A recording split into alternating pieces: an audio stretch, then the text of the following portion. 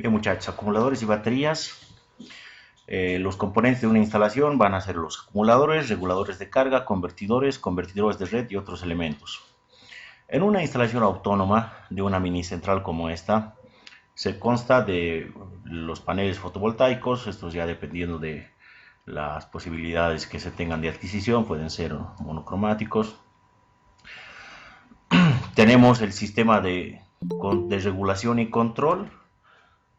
Esto es muy importante, el tema de regulación, por el tema de la variación que va a existir en la intensidad de incandescencia del sol hacia el panel solar. Sí, por esa razón es importante esta etapa que son las de regulación y control. Esto para poder ir equilibrando y balanceando la carga continua que se le va a dar a los acumuladores. Es en ese sentido que después de esa etapa, de la etapa de regulación y control, pasa a lo que va a ser las baterías de acumuladores o el módulo de acumuladores.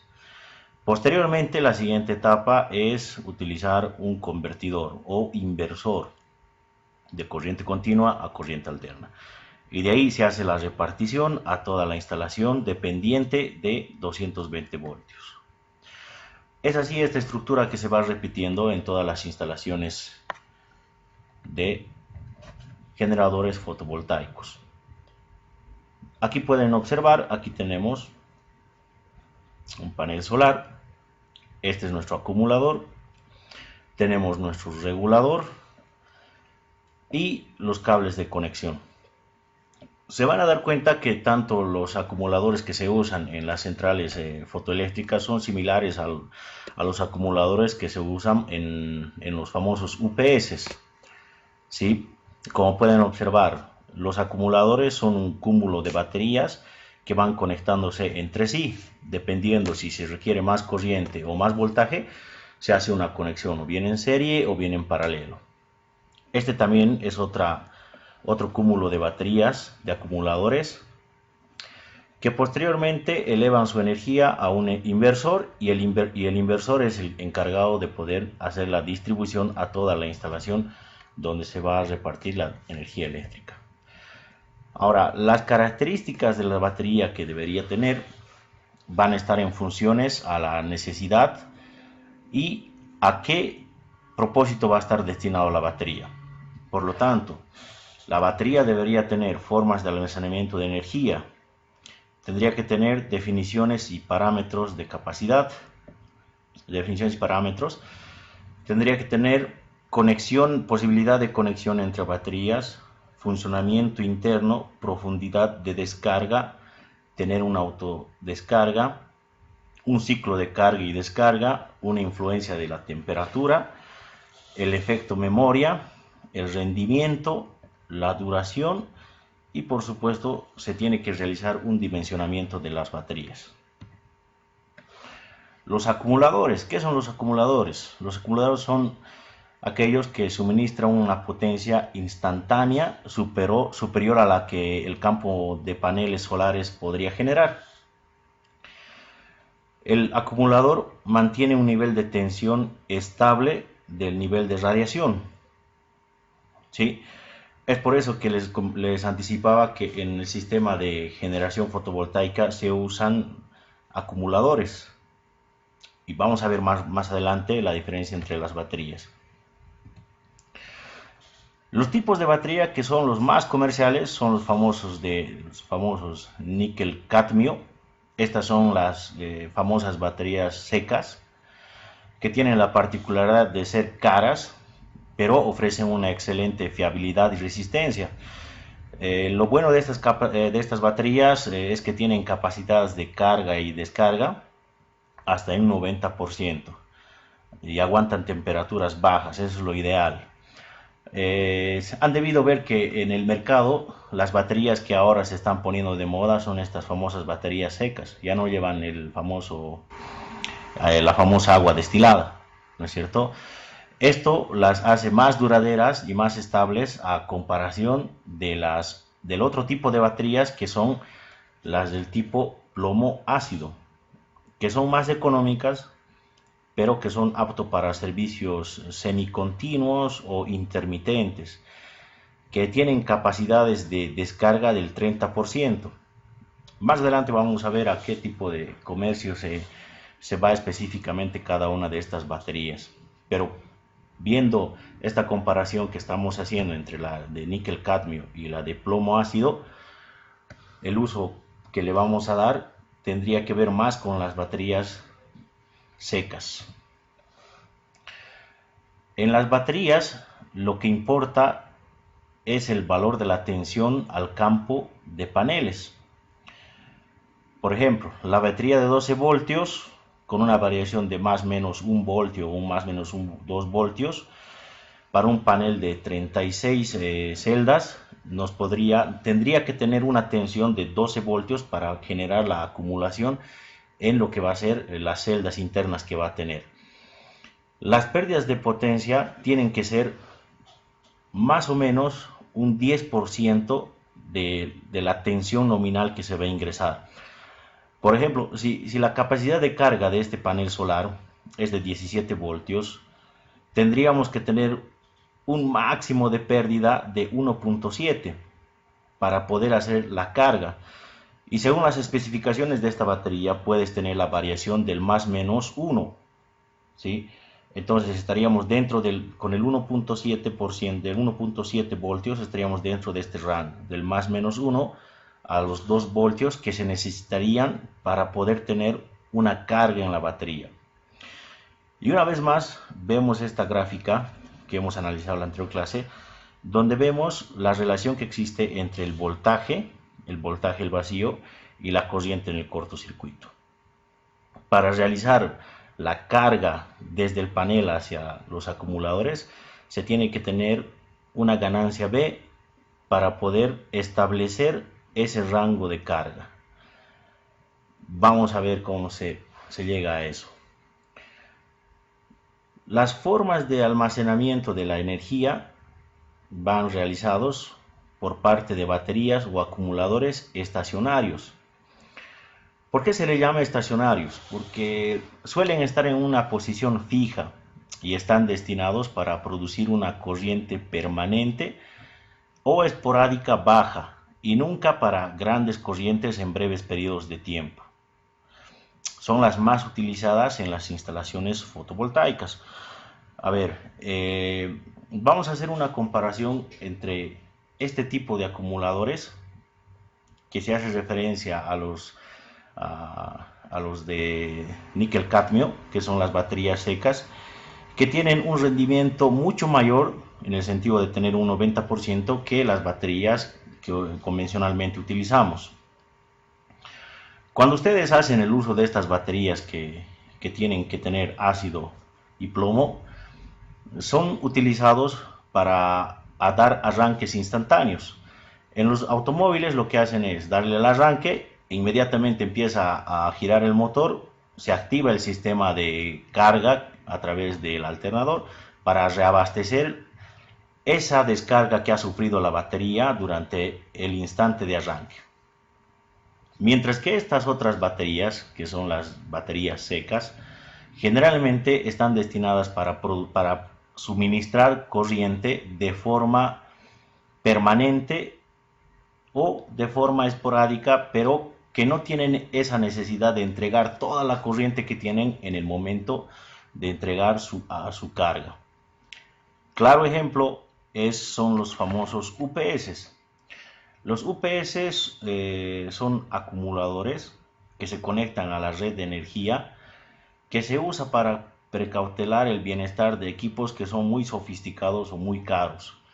En el claro ejemplo de las terapias intensivas,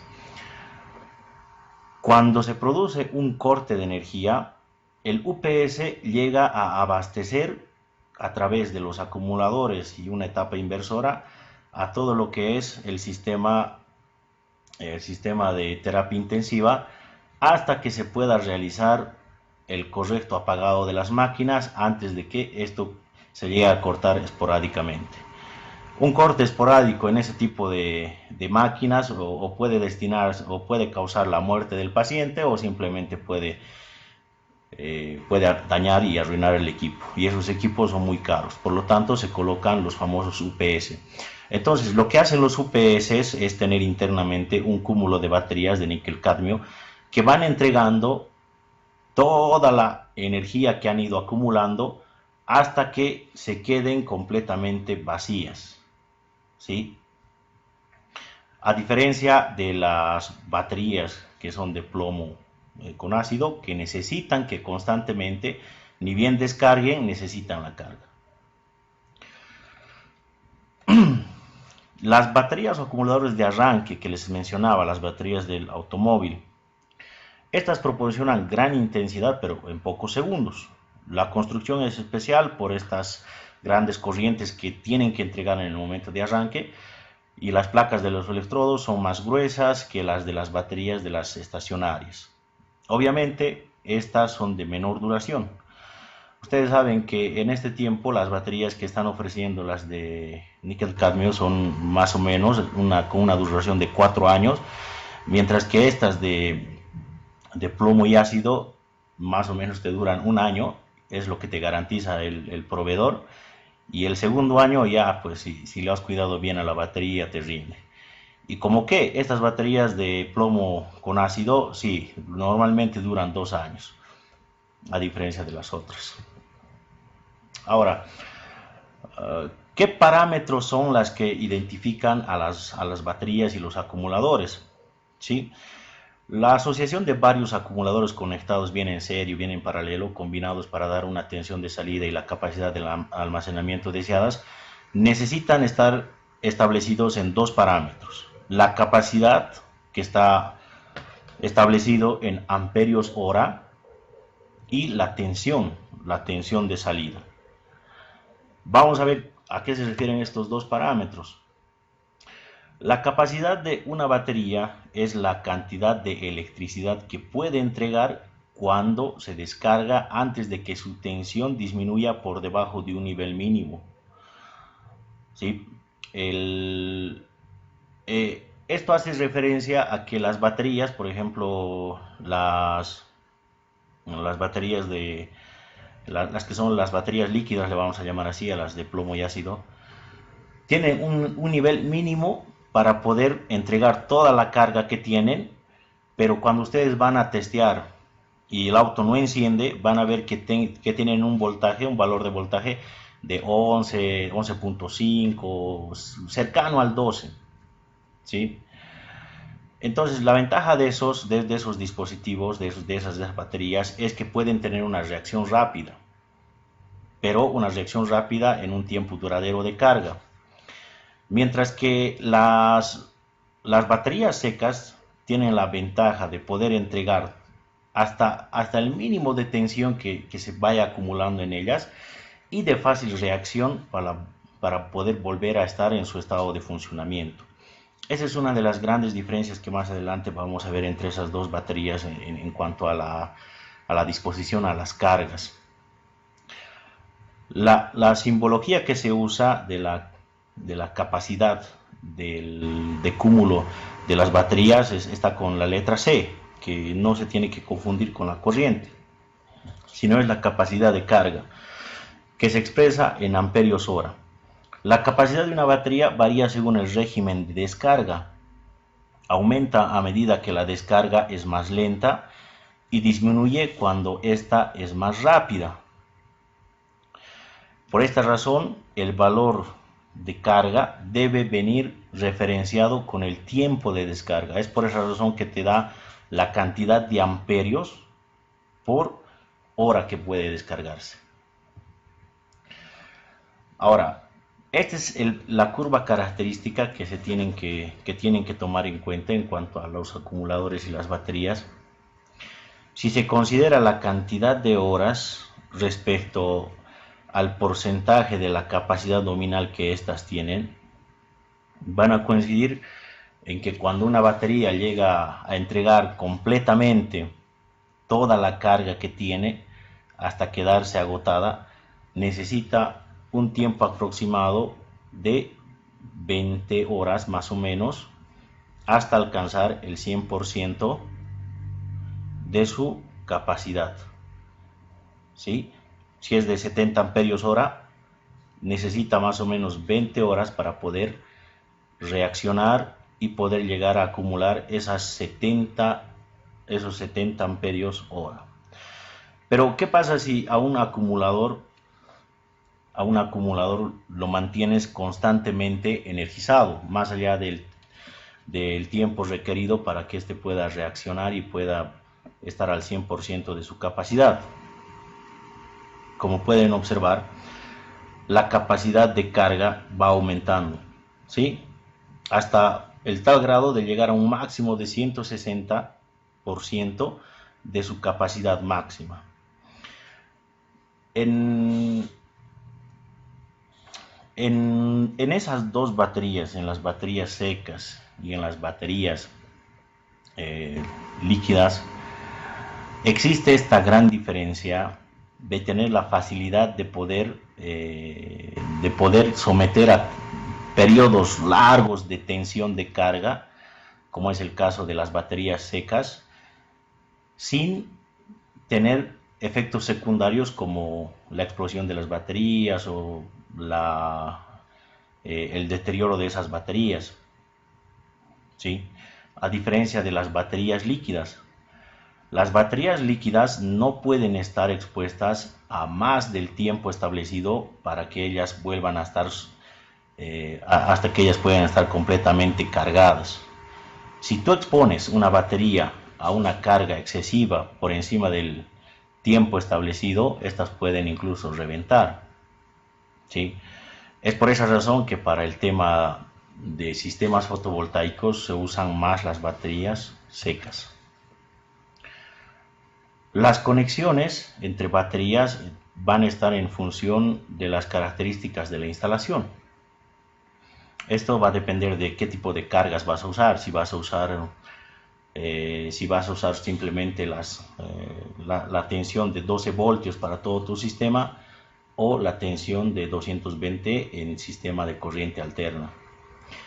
Los dos tipos de conexiones que se pueden realizar son la conexión serie y la conexión en paralelo.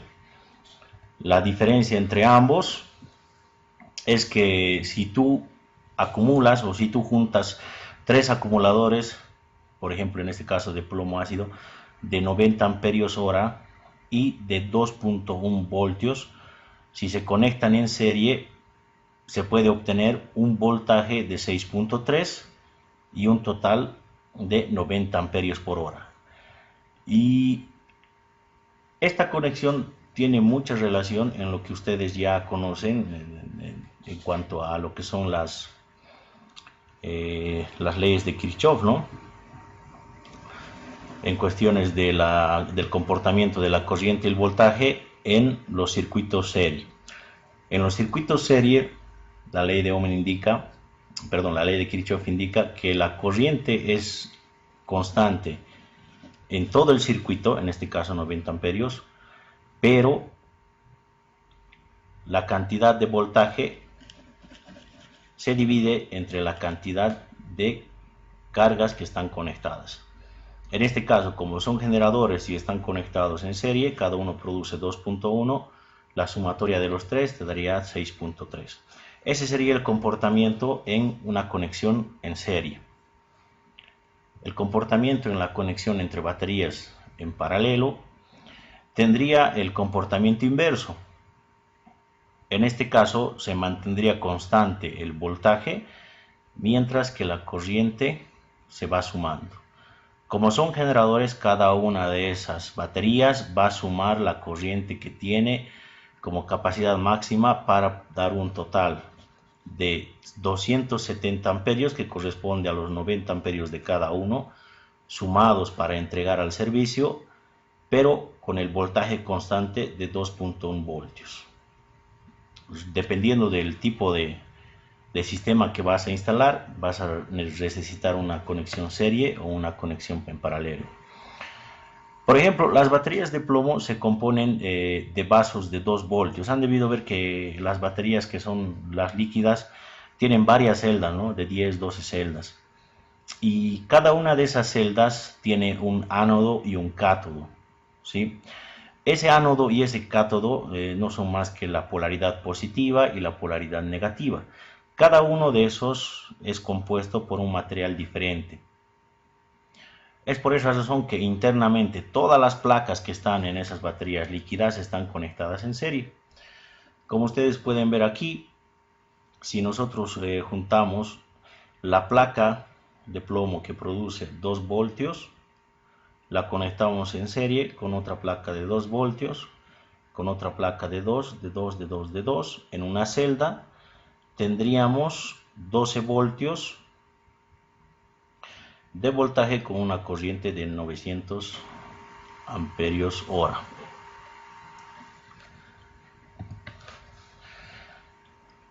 Ahora, el comportamiento de la batería. Como las intensidades de carga y descarga son bajas, las pérdidas por el efecto Joule también son bajas, llegándose a rendimientos del 90% en el caso de las baterías secas. Ahora, ¿qué es el efecto Joule? El efecto Joule indica que cuando un conductor es sometido a una sobrecorriente que está por encima de la capacidad de poder conducir ese conductor, el exceso de corriente que está atravesando a través de ese conductor se disipa a través de calor.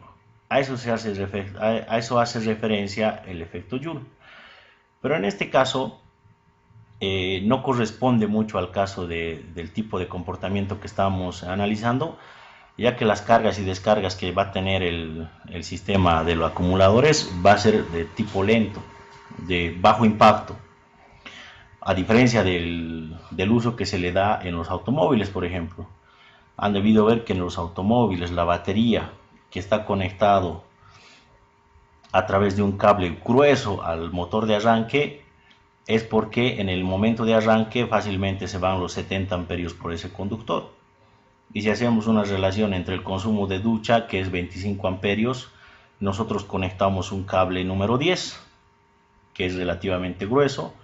Imagínense, para 70 amperios tendríamos que conectar 3 cables 10. Por esa razón es que en los automóviles, para que soporte esa cantidad de corriente que necesita en el momento de arranque, se utiliza un cable de aproximadamente del número 4 AWG. El nivel de carga se puede determinar por la tensión en bornes, ¿sí? En la batería cargada, que normalmente tiene 13 voltios para esas baterías que son de voltaje nominal de 12. Y cuando se considera una batería descargada, cuando el voltaje es inferior al límite de los 11 voltios. En este caso, las baterías, como les estaba comentando, las baterías secas tienen esa ventaja de poder estar constantemente conectadas a una tensión de carga, pero sin necesidad de que esa corriente constante que está cargando eleve la tensión por encima de la capacidad que pueda tener. En este caso, la máxima carga que va a tener la batería al 100%, 120%, es la de 13 voltios, ¿sí? Y cuando se considera que la batería está descargada cuando el voltaje de acumulación tenga un límite inferior a los 11 voltios. Ahora, ¿qué problemas existen en las baterías? Existe el efecto memoria, existe la carga excesiva y también el defecto de la falta de mantenimiento. ¿Sí? A ver, el efecto memoria tiene que ver con la capacidad de carga y descarga que tienen cada una de las baterías. Si una batería está constantemente cargando, descargando, entonces en ella va haciéndose un tiempo establecido de carga y descarga que tiene que cumplir como mínimo. A diferencia de una batería que es nueva y necesita tener una carga hasta llegar al punto máximo, y cuando esta es consumida al umbral más bajo, tendría que tener un tiempo de recuperación mucho mayor, ¿sí?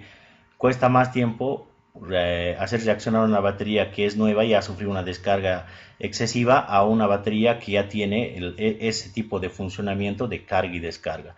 Entonces, a ese intervalo de voltaje que se tiene entre la carga y descarga se le llama el efecto memoria. Ahora, existe el otro tipo, la carga excesiva. Estos acumuladores llegan a tener una tensión de carga máxima que, si es sobrepasado, puede ser por algún agente externo, puede ser por una sobrecarga, puede ser por un sobredimensionamiento en cuanto a la carga. Este problema llega a repercutir directamente en la batería, en el sistema de carga, en el sentido de que va perdiendo la dielectricidad entre el ánodo y el cátodo, haciendo que la batería ya no pueda tener la capacidad máxima de carga, ¿sí?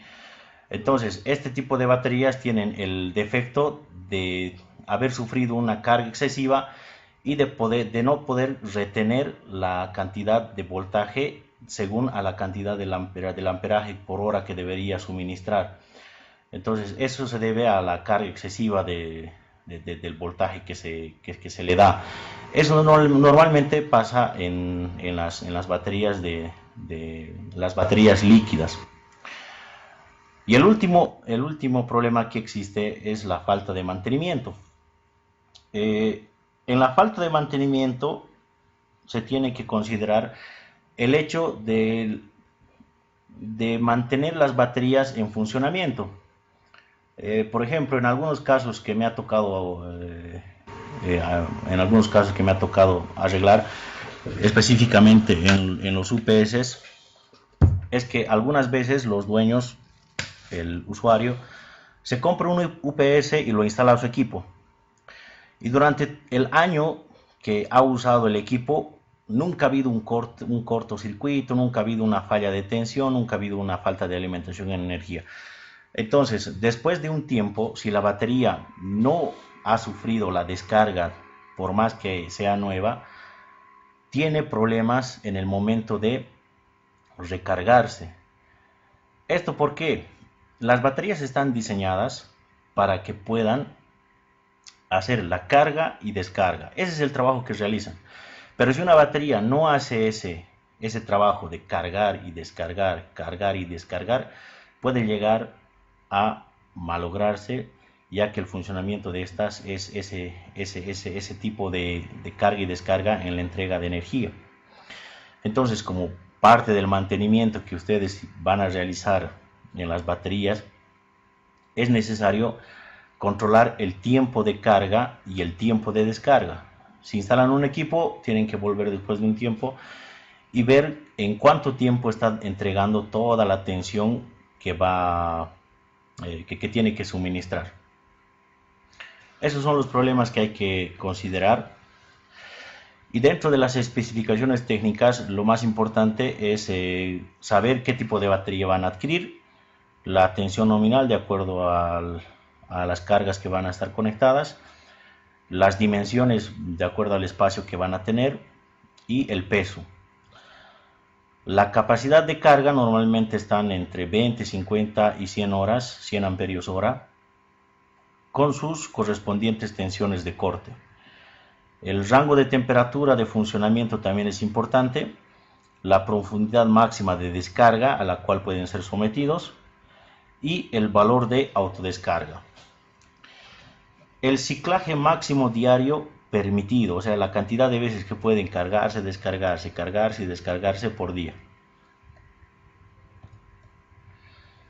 También el tiempo máximo de trabajo a un 50% de carga y con un ciclaje del 10% de carga. Esto se entiende de la siguiente forma. Normalmente la tensión de trabajo de las baterías van a ser entre un 12 y un 13. 12 voltios a 13 voltios. ¿Sí? Entonces, la batería no puede estar al 100% cargada en el sentido de que si la batería es de 70 amperios hora, puede estar cargada al 50% a 35 amperios hora y tranquilamente va a abastecer lo que va a ser el suministro de energía. ¿Sí?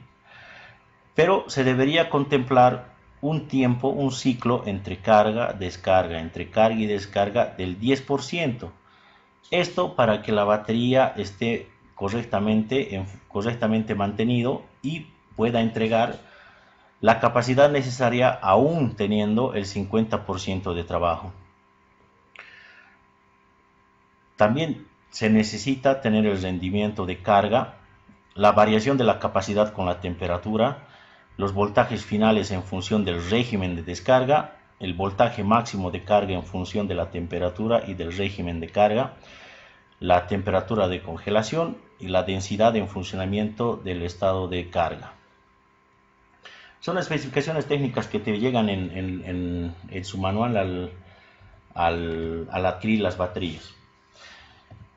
Y por último tenemos que empezar a realizar el dimensionamiento de baterías de acuerdo al suministro que tenemos que abastecer en, los, en las centrales que se vayan a instalar. ¿Hasta ahí hay alguna duda, consulta respecto a acumuladores y baterías? Profe, una consultita. Profe, Dígame. Eh, Usted estaba diciendo que podemos agarrar y cargar la batería y descargarla hasta cierto punto. Ahorita, una moto eléctrica o una bici eléctrica, eh, ¿puedo usar un pequeño generador para recargarla?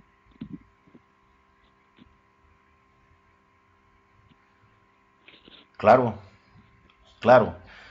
Mm, el, en cuanto a las disposiciones técnicas que te da la batería, como les he mostrado, para que se produzca la carga tiene que tener un 10% un 10% de voltaje por encima del nominal. Entonces, si tu generador, o en este caso se llama técnicamente, si tu dínamo te produce un voltaje con un 10% por encima del valor nominal de tu batería, tranquilamente va a poder producir el fenómeno de carga. Esto es como tener el tema del dínamo más la batería es como tener los niveles de agua, ¿sí? Si tu dínamo está en un nivel mayor, tranquilamente va a poder complementar y llenar la batería que está a un nivel más bajo. Es por esa razón que necesitamos que la tensión de carga sea mayor a la tensión de funcionamiento eh, en este caso del acumulador. Profe, yo tengo pues unas bicicletas eléctricas. Sucede lo siguiente, en una bicicleta estaba haciendo una pruebita, por ejemplo, se ubica el dinamo de los sobacholitas, como los vecinos allí. Lo Correcto. he conectado, carga exactamente, llega hasta más de 12 voltios. De los 12 voltios yo le he colocado un rectificador para, o sea, poderle cargar, pero no carga. ¿O cómo es que hay que hacer la instalación para esas bicis? A ver, ese aparato que dices del sobacholitas es un dínamo, ¿no es cierto? Entonces, como es un dínamo, el dínamo de por sí te bota corriente continua, ¿sí? Dependiendo del sentido de giro, el dínamo te va a botar corriente continua. Entonces, lo único que tienes que hacer es identificar la polaridad positiva y negativa y asegurarte de que la tensión generada por el dínamo sea mayor a la de tu batería. No necesitas en ese caso colocar un rectificador porque ya te viene con corriente continua. Profe, es que el robacholitas, como decimos, el dinamo de eso, genera casi hasta 16 voltios, llega cuando va uno bien profe, rápido. Claro, Si es que llega ese voltaje, O sea, tranquilamente debería abastecerte. profe. Sí, solo sí, entonces tendría que quitarlo del rectificador que le he puesto para hacer la prueba. correcto. Haz girar el dínamo y verifica con Profe, el tester en normalmente corriente las continua. bicicletas eléctricas, su batería de carga son de 70 voltios. Híjole, ese dato no sabía. Entonces no va. Sí, en- porque mira, no va a abastecer, pues es muy poco. correcto, en vez de convertirse en cargador, se va a convertir en consumidor. Eso verifica la tensión Sí, claro. nominal de trabajo de las baterías. Va, Sucede lo el siguiente, cargador, por ejemplo, que lleva y el enchufamos a cargador que tiene 220 y pues su salida para la carga de la batería de la bici eléctrica es 70 voltios. Hasta la bocina misma viene de 70 voltios. Una vez yo he intentado poner una bocina de 12 y lo ha quemado porque no, yo no entendía por qué y al final de cuentas había estado llegando 70 volts y la bocina es especial, es de 70 siempre decía. está bien en el Interesante. dato que está dando mi compañero, pero sucede lo siguiente, que en las bicis que han llegado, o sea, las últimas bicis eléctricas, eh, sur- cargan con 12 voltios a 14 voltios. Las antiguas sí estaban llegando con eso, pero ahora están llegando con este otro valor. Por eso es que estaba haciendo la prueba. Ya. Si el dínamo en su Porque hay velocidad puntos, máxima llega a dos Entonces, puntos de 16, diferencia. un dínamo yo creo que no abastecería para la carga de su batería. es que Profe, eh, si usaría, digamos, el malestar un alternador, si usas alternador, vas a generar más voltaje con menos revoluciones y eso sí hay que rectificarlo, porque el alternador produce corriente alterna, se tendría que rectificar. Entonces, el tema de la carga de la batería, las baterías de las bicicletas eléctricas, va a estar sujeto a la velocidad a la cual van a girar. Entonces, si en su velocidad promedio, como dice su compañero, de 25, 20 kilómetros por hora llega a 16 voltios, tendría que producirse la carga. Si es que la batería es de 12, como indica. Se podría hacer esa prueba.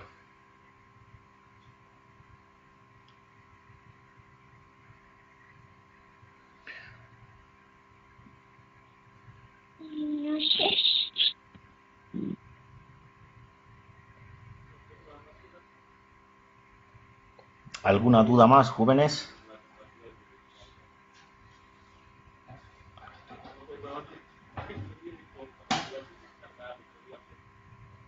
Profe, la diapositiva que nos está presentando el día de hoy, o el material del día de hoy, ¿es el que teníamos que empezar la anterior semana?